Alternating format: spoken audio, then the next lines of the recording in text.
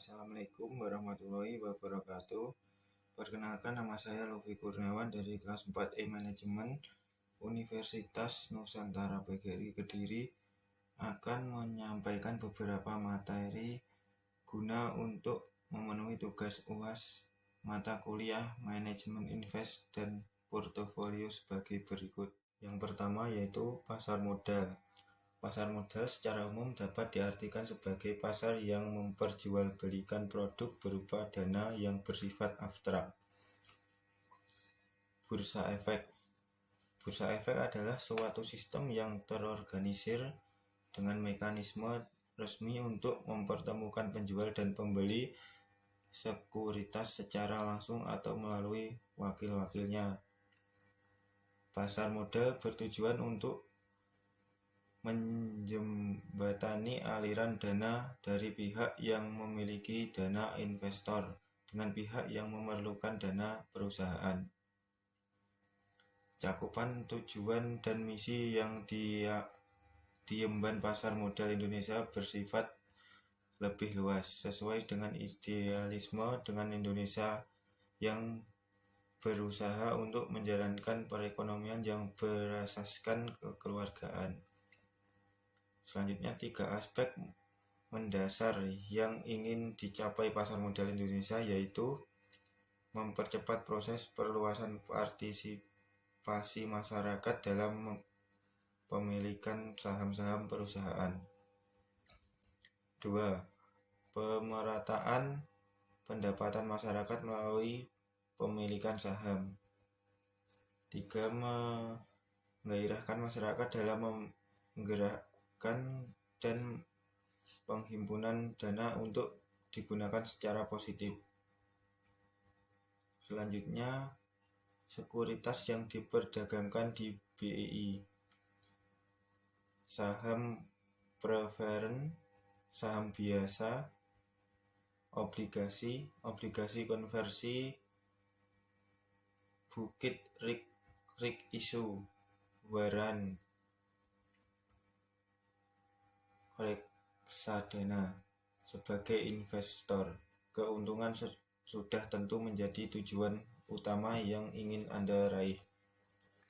Untuk itu, penting sekali bagi investor untuk mengenali saham yang akan dibeli dengan melakukan sebagai analisa seperti analisa fundamental dan teknikal. Analisis fundamental ialah analisis yang dilaksanakan dengan kondisi suatu perusahaan, kondisi ekonomi, dan industri terkait. Analisa fundamental pada umumnya menggunakan indikator-indikator perusahaan yang tertera melalui laporan keuangan perusahaan seperti price to earnings ratio (PE), ROE (return of equity), dan lain-lain. Sementara itu, analisis teknikal ialah analisis yang berdasarkan pada data-data mengenai harga historis yang terjadi pada pasar saham. Dalam penerapan analisis teknikal, prediksi untuk membeli atau menjual saham dilakukan dengan melihat grafik historis pergerakan saham. Lalu, manakah yang lebih baik digunakan? Masing-masing analisis memiliki keuntungan dan risiko masing-masing. Saham surat berharga yang diterbitkan emiten yang menyatakan bahwa pemilik saham mempunyai hak kepemilikan atas aset perusahaan. Imbalan yang bisa diterima investor saham. 1. Hak kepemimpinan, control of the firm. 2. Dividen. 3. Capital gain. Saham surat berharga yang diterbitkan emiten yang menyatakan bahwa pemilik saham mempunyai hak kepemilikan atas aset-aset perusahaan. Penilaian saham. 3 konsep nilai saham. Yang pertama, nilai buku. book value. Nilai yang tercantum pada pembukuan perusahaan bisa diketahui dari neraca, yaitu total modal sendiri dibagi jumlah lembar saham beredar. 2. Nilai pasar, market price, nilai saham pasar. 3. Nilai intrinsic value, disebut juga nilai teoritis, merupakan present value dari semua aliran kas yang diterima investor di masa depan. Menentukan nilai intrinsik. Analisis fundamental, menghitung nilai intrinsik menggunakan data keuangan perusahaan. Analisis teknikal, menghitung nilai intrinsik dari data perdagangan saham, harga, dan volume penjualan yang telah lalu. Penilaian obligasi. Penilaian obligasi berarti menentukan harga obligasi. Pada penilaian sekuritas termasuk obligasi, pada umumnya digunakan konsep nilai sekarang, present value. Dengan prinsip ini, nilai obligasi akan ditentukan oleh nilai intrinsiknya. Nilai intrinsik obligasi bisa diestimasi dengan mendiskonto semua aliran kas yang berasal dari pembayaran kupon ditambah pelunasan obligasi sebesar nilai par pada saat jatuh tempo. 3 tipe obligasi. 1. Premium bond, 2. Discount bond, 3. per bond. Retur atau pengembalian adalah keuntungan yang diperoleh perusahaan, individu, dan institusi dari hasil kebijakan investasi yang dilakukan. Retur merupakan hasil yang diperoleh dari investasi yang dapat berupa return realisasi, realized return, dan return expectation return. Return realisasi adalah return yang telah terjadi yang dihitung menggunakan data historis, sedangkan return ekspektasi adalah return yang diharapkan akan diperoleh oleh investor di masa mendatang. Risiko dapat dikatakan sebagai suatu peluang terjadinya kerugian atau kehancuran. Lebih luas, risiko dapat diartikan sebagai kemungkinan terjadi hasil yang tidak diinginkan atau berlawanan dari yang diinginkan. Kehidupan usaha penuh dengan risiko, baik itu risiko finansial maupun manajerial sebagai berikut. Risiko finansial berkaitan dengan kegagalan usaha untuk realisasikan rencana finansial yang telah ditentukan.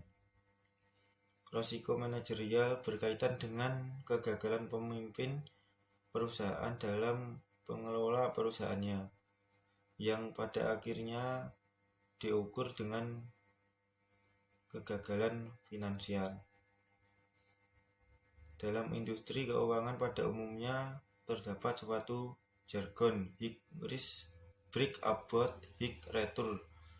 Artinya jika ingin memperoleh hasil yang lebih besar akan dihadapkan pada resiko yang lebih besar pula.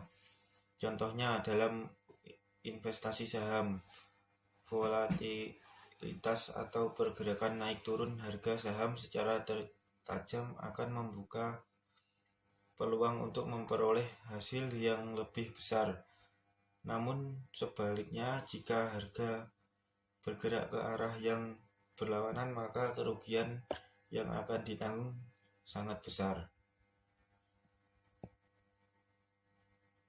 Selanjutnya, pengukuran return realisasian. 1. Return total, 2. Return relatif return, 3. Kumulatif retur. 4. Retur disesuaikan. 5. Rata-rata geometrikan. Pengukuran resiko. 1. Berdasarkan nilai ekspektasian masa depan. 2. Berdasarkan nilai-nilai retur historis. 3. Berdasarkan model retur ekspektasian yang ada. Selanjutnya, analisis resiko portofolio. Dalam manajemen portofolio juga dikenal adanya konsep pengurangan resiko sebagai akibat penambahan sekuritas ke dalam portofolio. Konsep ini merupakan konsep yang penting dalam pemahaman resiko portofolio.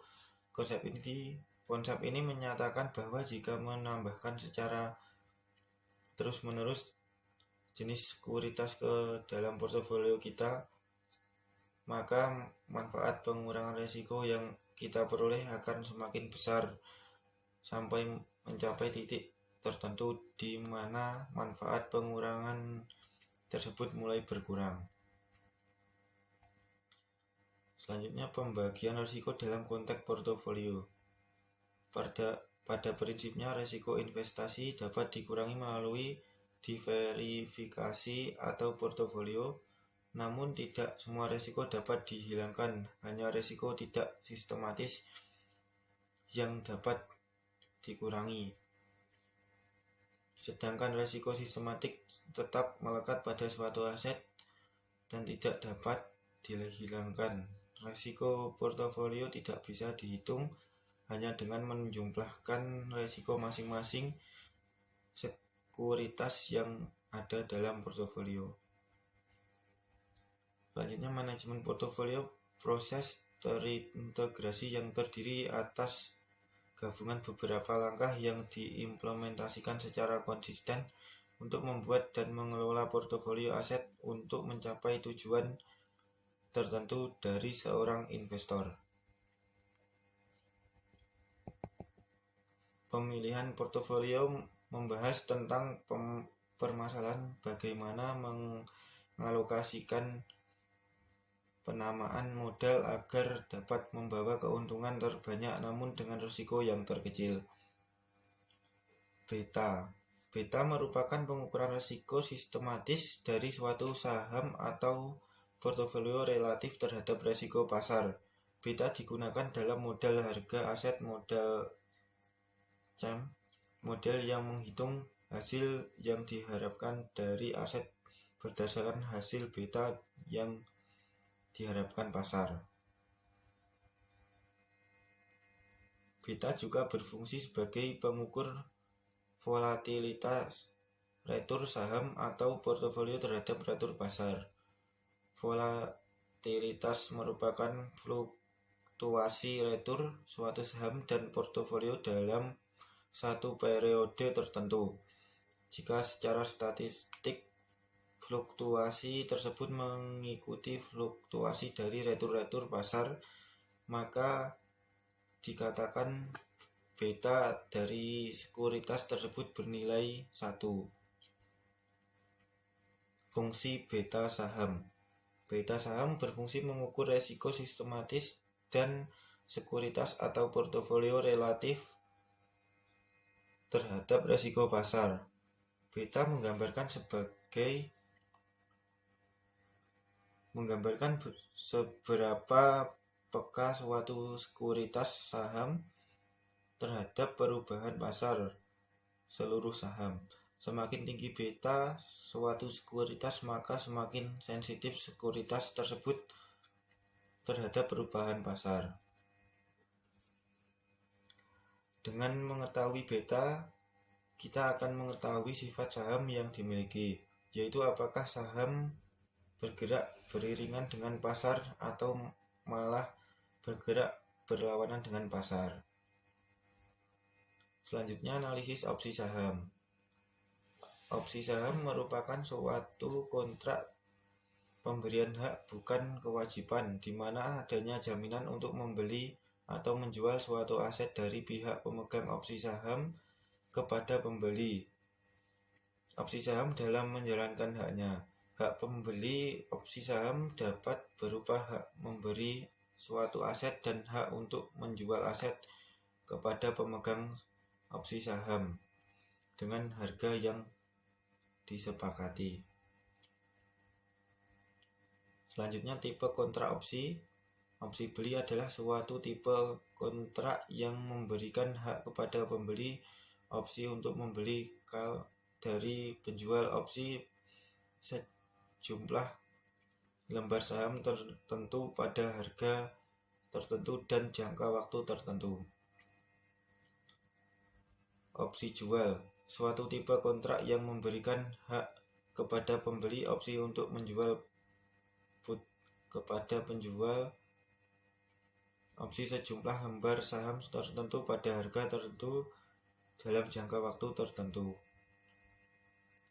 Selanjutnya, strategi perdagangan opsi. 1. Strategi terbuka. 2. Strategi tertutup. 3. Strategi kombinasi. Capital Asset Pricing Model merupakan model penetapan harga aktiva equilibrium yang menyatakan bahwa ekspektasi return atas sekuritas tertentu adalah fungsi linier positif dan sensitivitas sekuritas terhadap perubahan return portofolio pasarnya.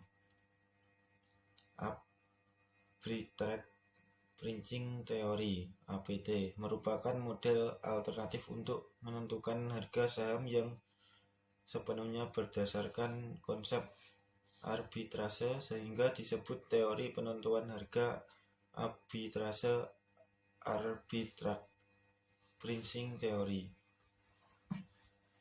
Secara sederhana, arbitrage berarti pembelian dan penjualan saham yang berkarakteristik sama pada pasar yang berbeda.